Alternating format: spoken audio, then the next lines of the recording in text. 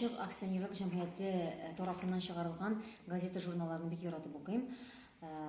Миңа айрыша кызыклы һәм инде үземнең эшчәнлектә бик тә файдалы дип табам мин үземә менә Идел журналын.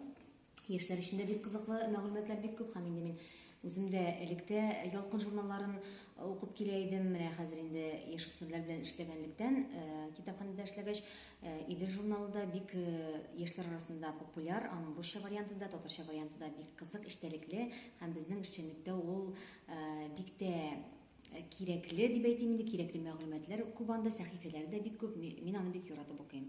Рәхмәт сезгә шундый журнал чыгаруыгызга.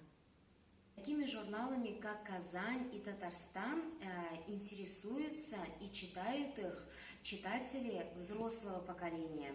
Например, журнал «Казань» им интересуются читатели, которые любят следить за новостями литературы, искусства, культуры.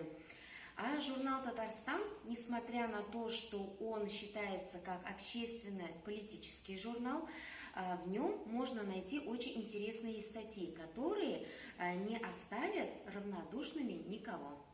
Мин библиотекалар күп еллар эшлим инде, шул эшләү еллар дәврендә менә читательләребез, китап укучыларыбыз бик актив укыйлар, менә бу Сөембикәне, Сәхнәне, Казанлыклар укыйлар, безнең Мирас журналын укыйлар. Менә самый актив укучыбыз безнең Кадырбатова Фәридә апай, ул бик күп укый журналлар. Андагы менә теге җыен кулинария рецептларны яратканнар, шул артистлар иҗатларын, теге җырчылар иҗатлары бик кызыксындыра инде аларны вообще диләрне укучыларыбызны. Шундый үзем дә бик яратып укыйм.